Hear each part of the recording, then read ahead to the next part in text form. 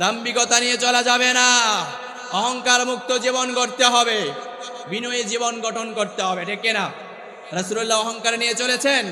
রাসূলুল্লাহর জীবনী পড়েন, রাসূলুল্লাহ বুক টান টান করে হাঁটেন নাই, রাসূলুল্লাহ অহংকার নিয়ে চলেন নাই, রাসূলুল্লাহ দাম্ভিকতা দেখান নাই, রাসূলুল্লাহ ছিল বিনয়ী। আমাদেরকে বিনয়ী হতে হবে, ঠিক কিনা? ভালোবাসতে হবে গরিবদেরকে, ছোটদেরকে স্নেহ করতে হবে, ছোটরা বড়দেরকে সম্মান করতে হবে, ভালোবাসা দেখিয়ে মানুষদেরকে আগলে রাখতে হবে, ঠিক কিনা? অহংকার যারা করে তাদেরকে মানুষে পছন্দ করে, অহংকার যারা করে তাদেরকে মানুষে পছন্দ করে না। যে ব্যক্তি অহংকার করছেন, যে দাম্ভিকতা নিয়ে চলছেন, তাকে বলছি ফিরাউনের কথা আপনি বলে যাবেন না।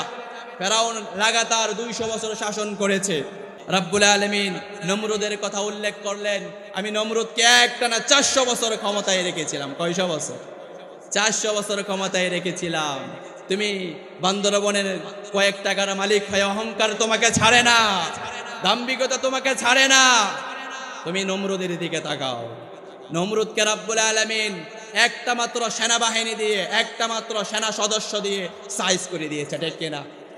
কেমন সেনা, কেমন সেনা সদস্য? ল্যাংরা একটা মশা দিয়ে 400 বছর শাসন করেছে নমরুদ, তাকে সাইজ করে দুনিয়ার জমিন থেকে বিতাড়িত করেছে, ঠিক কিনা? তুমি কোন চান্দ অহংকার নিয়ে চলো, অহংকার নিয়ে চলা যাবে না, ঠিক কিনা? আজ থেকে দাম্ভিকতা আর অহংকারকে দুনিয়ার জমিন থেকে, আমার জীবন থেকে বিদায় করতে হবে, ঠিক কিনা? আল্লাহ আমাদেরকে বুঝদান করেন, পড়ে না আমিন।